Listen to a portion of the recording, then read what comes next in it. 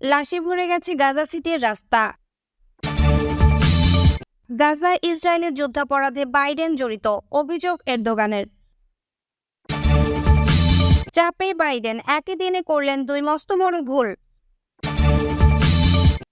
ঘরবাড়ি ছেড়ে পালাতে থাকা লোকজনকে গুলি করে হত্যা। ন্যাটোর বিরুদ্ধে ছায়াযুদ্ধ রাশিয়ার। এতক্ষণ শুনছিলেন সংবাদ শিরোনাম, এবারে বিস্তারিত। আসসালামু আলাইকুম, বিসমিল্লাহির রহমানির রহিম। লাশে ভরে গেছে গাজা সিটির রাস্তা। ফিলিস্তিনের সশস্ত্র গোষ্ঠী হামাস নিয়ন্ত্রিত গাজায় অবিরাম হামলা চালিয়ে যাচ্ছে ইসরায়েলি বাহিনী। গত বছরের অক্টোবর থেকে শুরু হওয়া এই যুদ্ধে নিহত হয়েছে ৩৮,০০০-এর বেশি ফিলিস্তিনি, আহত হয়েছে ৯০,০০০-এর বেশি মানুষ। সেই সঙ্গে ২০,০০০-এর বেশি শিশু নিখোঁজ রয়েছে। খবর আল জাজিরার। গাজার সিভিল ডিফেন্সের মুখপাত্র মুহাম্মদ বাসাল বলেছেন, গাজা সিটির রাস্তা লাশে ভরে গেছে। গাজা সিটির তাল আল হাওয়া শহরে তাণ্ডব চালিয়েছে ইসরায়েলি বাহিনী। এতে নিহত হয়েছেন অন্তত ৩০ জন ফিলিস্তিনি। তবে এই হামলা নিয়ে এখন পর্যন্ত মুখ খোলেনি ইসরায়েল। এদিকে সম্প্রতি চিকিৎসা বিষয়ক সাময়িকী ল্যান্সেট জানিয়েছে, গাজায় ৯ মাস ধরে চলা ইসরায়েলের নির্বিচারে বোমা হামলার কারণে বোমা হামলায় নিহত মানুষের প্রকৃত সংখ্যা ১,৮৬,০০০ ছাড়িয়ে যেতে পারে।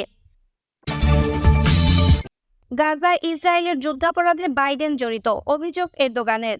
গাজা সংঘাতে ইসরায়েলের যুদ্ধাপরাধ ও আন্তর্জাতিক আইন লঙ্ঘনের সঙ্গে যুক্তরাষ্ট্রের প্রেসিডেন্ট জো বাইডেন ও তার প্রশাসন জড়িত বলে মন্তব্য করেছেন তুরস্কের president Recep Tayyip Erdogan.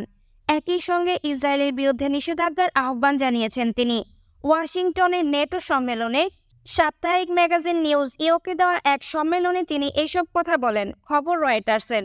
Erdogan বলেন, গাজার বেসামরিক নাগরিকদের ইসরায়েলের নৃশংসভাবে হত্যা, হাসপাতাল, ত্রাণ সহায়তা কেন্দ্র এবং অন্যান্য স্থানে হামলা চালানো যুদ্ধাপরাধের অন্তর্ভুক্ত। তুরস্ক প্রেসিডেন্ট বলেন, মার্কিন প্রশাসন যুদ্ধাপরাধ এবং আন্তর্জাতিক আইন লঙ্ঘনের বিষয়টি উপেক্ষা করছে এবং তারা ইসরায়েলকে সর্বাধিক সহায়তা অব্যাহত রেখেছে। সাক্ষাৎকারে এরদোগান বলেন, এই পরিস্থিতিতে আন্তর্জাতিক আইন লঙ্ঘনের জন্য ইসরায়েলের বিরুদ্ধে কে নিষেধাজ্ঞা আরোপ করবে এবং কী ধরনের নিষেধাজ্ঞা আরোপ করা হবে, এটাই এখন আসল প্রশ্ন এবং কেউ এর উত্তর দিচ্ছে না। শুরু থেকেই ন্যাটো সদস্যভুক্ত তুরস্ক গাজায় ইসরায়েলের হামলায় নিন্দা জানিয়ে আসছে এবং ইসরায়েলের সঙ্গে বাণিজ্য বন্ধ করেছেন। গত ৭ অক্টোবর গাজায় ইসরায়েলের আগ্রাসন চালানোর পর থেকে হামাসের প্রতি সমর্থন অব্যাহত রেখেছে তারা। এছাড়া ইসরায়েলকে সমর্থন করার জন্য বারবার পশ্চিমা দেশগুলো সমালোচনা করেছে এবং আন্তর্জাতিক আদালতে ইসরায়েলের শাস্তির দাবি জানিয়েছে। এদিকে গাজায় ফিলিস্তিনি গোষ্ঠী হামাসের বিরুদ্ধে সংঘাতে যুদ্ধাপরাধ করার অভিযোগ বারবারই প্রত্যাখ্যান করে আসছে ইসরায়েল। বেসামরিক ফিলিস্তিনিদের লক্ষ্যবস্তু করার বিষয়টিও অস্বীকার করেছে তারা। বাড়িঘর ছেড়ে পালাতে থাকা লোকজনকে গুলি করে হত্যা। ফিলিস্তিনের গাজা নগরীর বাসিন্দাদের আবারও ঘরবাড়ি ছেড়ে যাওয়ার নির্দেশ দিয়েছে ইসরায়েলি বাহিনী। তবে ঘরবাড়ি ছেড়ে পালাতে থাকা লোকজনকে রাস্তায় গুলি করে হত্যা করা হচ্ছে বলে অভিযোগ করেছেন বাসিন্দারা। এমনকি রাস্তায় পড়ে থাকা মরদেহ উদ্ধার করতে দিচ্ছেন না ইসরায়েলি বাহিনী। একজন নারী বলেন, গাজা নগরীর সুজাইয়া শহরতলির ইয়ারকুম স্টেডিয়াম হয়ে তিনি এলাকা ছেড়ে যাওয়ার চেষ্টা করেন, কিন্তু তাকে বলা হয় সেখানে ইসরায়েলি স্পাইনারদের গুলিতে নিহত ফিলিস্তিনিদের মরদেহ রাস্তায় পড়ে আছে। ওই নারী বলেন, আমরা মরদেহগুলো সরিয়ে নিতে প্যারাডিমিক এবং ফায়ার সার্ভিসের লোকজনের সহায়তা চাই, তাহলে অন্তত মরদেহগুলো রাস্তায় পড়ে থাকবে না। কারণ মরদেহগুলো রাস্তা থেকে সরানো না হলে সেগুলো কুকুর খাবে। মরদেহগুলো দাফন করা উচিত। তবে ওই এলাকার আরেক বাসিন্দা বলেন, মরদেহগুলোর কাছে পৌঁছাতে পারেননি প্যারাডেমিকরা। তিনি বলেন, মরদেহগুলো উদ্ধারে তারা কোনো নির্দেশনা পাননি বলে জানান। কেউ মরদেহগুলোর দিকে এগোলেই সরাসরি গুলি করা হচ্ছে। কয়েকজন বাসিন্দা জানান, ইসরায়েলি স্পাইনাররা রাস্তা দিয়ে হেঁটে যাওয়া এক ব্যক্তিকে মাথায় গুলি করে হত্যা করেন। পরে কয়েকজন মরদেহটি উদ্ধার করতে সমর্থ হন। একজন বাসিন্দা বলেন, ওই লোক শান্তভাবে হেঁটে যাচ্ছিলেন। এই সময় তার মাথায় একটি গুলি লাগে। পরে আমরা এগিয়ে গিয়ে মরদেহটি নিয়ে আসি। এদিকে গাজা জুড়ে হামলা অব্যাহত রেখেছে ইসরায়েল। গাজার স্বাস্থ্য মন্ত্রণালয় গতকাল বৃহস্পতিবার জানিয়েছে, ইসরায়েলি বাহিনীর হামলায় ২৪ ঘন্টায় আরও ৫০ জন ফিলিস্তিনি নিহত হয়েছেন। এ নিয়ে ৭ অক্টোবর থেকে ইসরায়েলের হামলায় ৩৮,৩৪৫ জন নিহত হয়েছেন। আহত হয়েছেন ৮৮,২৯৫ জন।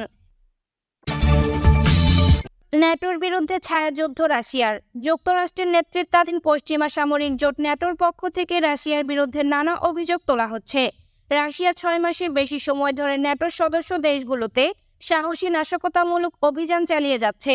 তাদের লক্ষ্য হচ্ছে ইউক্রেনের জন্য অস্ত্র সরবরাহের যুক্ত বিভিন্ন গুদাম এ সংক্রান্ত সিদ্ধান্ত গ্রহণের যুক্ত ব্যক্তি ও প্রতিষ্ঠানগুলো নাম প্রকাশ না করার শর্তে ন্যাটোর এক শীর্ষ কর্মকর্তা এ তথ্য দিয়েছেন। ইউরোপের একাধিক নিরাপত্তা কর্মকর্তা রুশ গোয়েন্দা কর্মকর্তাদের এই ধরনের নাশকতামূলক কর্মকাণ্ডকে হুমকি হিসেবে বর্ণনা করেছেন। তারা বলেছেন, রুশ গোয়েন্দারা ইউরোপের নিরাপত্তা ব্যবস্থাকে এড়াতে স্থানীয় লোকজনকে নিয়ে ঝুঁকিপূর্ণ নানা কাজ করাচ্ছেন। তবে এ ধরনের অপরাধমূলক কাজের জন্য সহজেই রাশিয়া নিজের দায় এড়াতে সক্ষম হচ্ছে। ন্যাটোর কর্মকর্তা বলেন, 6 মাসের বেশি সময় ধরে তারা রাশিয়ার পক্ষ থেকে এক ধরনের হাইব্রিড যুদ্ধের বিস্তৃতি লক্ষ্য করেছেন। এর মধ্যে ইউক্রেনের জন্য যুদ্ধাস্ত্র সরবরাহ ব্যবস্থায় নাশকতার বিষয়টিও যুক্ত রয়েছে। অস্ত্র উৎপাদন, এর উৎস ও সংরক্ষণ, এসব বিষয়ে সিদ্ধান্ত গ্রহণ ও অস্ত্র পৌঁছানোর সব স্তরে এই হামলা চালানো হচ্ছে। ন্যাটোর জ্যেষ্ঠ ওই কর্মকর্তা আরও বলেন, রাশিয়া ন্যাটো মিত্রদের মধ্যে ভীতি ছড়ানোর চেষ্টা চালিয়ে যাচ্ছে। রাশিয়ার পক্ষ থেকে এই ধরনের অভিযোগ ভিত্তিহীন বলে অস্বীকার করা হয়েছে। তবে রাশিয়ার এই ধরনের নাশকতামূলক কর্মকাণ্ড ও হাইব্রিড যুদ্ধ কৌশলের বিষয়টি নিয়ে যুক্তরাষ্ট্রের ওয়াশিংটন ডিসিতে অনুষ্ঠিত ন্যাটোর 75তম শীর্ষ সম্মেলনে আলোচনা হয়েছে। বিশ্লেষকরা ন্যাটোর বিরুদ্ধে একে ক্রেমলিনের ছায়াযুদ্ধ হিসেবে বর্ণনা করেছেন।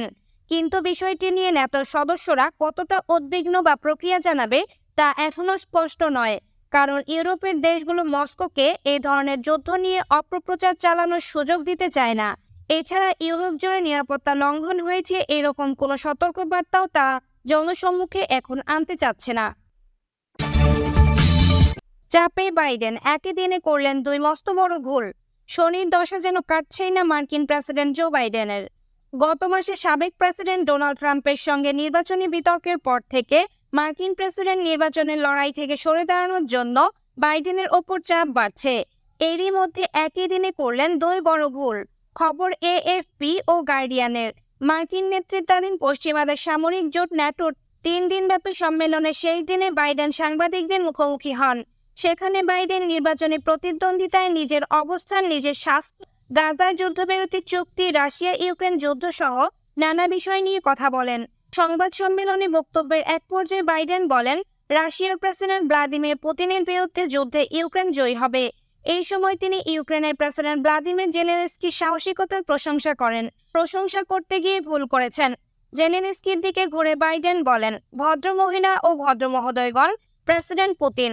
তবে তাৎক্ষণিক নিজেকে শুধরে নেন মার্কিন প্রেসিডেন্ট। এমন পরিস্থিতিতে বাইডেনকে সামলাতে জেলেনস্কিও সাহায্য করেছেন। বাইডেনের এমন ভুলের সঙ্গে সঙ্গেই জেলেনস্কি বলেন, আমি পুতিনের চেয়ে ভালো। এছাড়া সাংবাদিকদের আরেক প্রশ্নের জবাবে কমলা হ্যারিসকে ট্রাম্প হিসেবে অভিহিত করেছেন বাইডেন।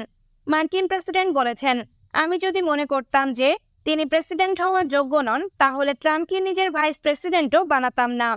কমলা হ্যারিসের কথা বলতে গিয়ে তাকে ভুল করে ট্রাম্প বলেছেন মার্কিন এই প্রেসিডেন্ট। এইদিকে জো বাইডেনের পুনরায় নির্বাচিত হওয়া নিয়ে সন্দেহ প্রকাশ করেছেন সাবেক হাউস স্পিকার ন্যান্সি পেলোসি এবং অভিনেতা ও ডেমোক্র্যাট তহবিল সংগ্রাহক জর্জ ক্লুনি। প্রভাবশালী এই 2 ব্যক্তির সন্দেহ প্রকাশের ফলে আরও কুণ্ঠসা হয়ে পড়েছেন প্রেসিডেন্ট প্রার্থী জো বাইডেন।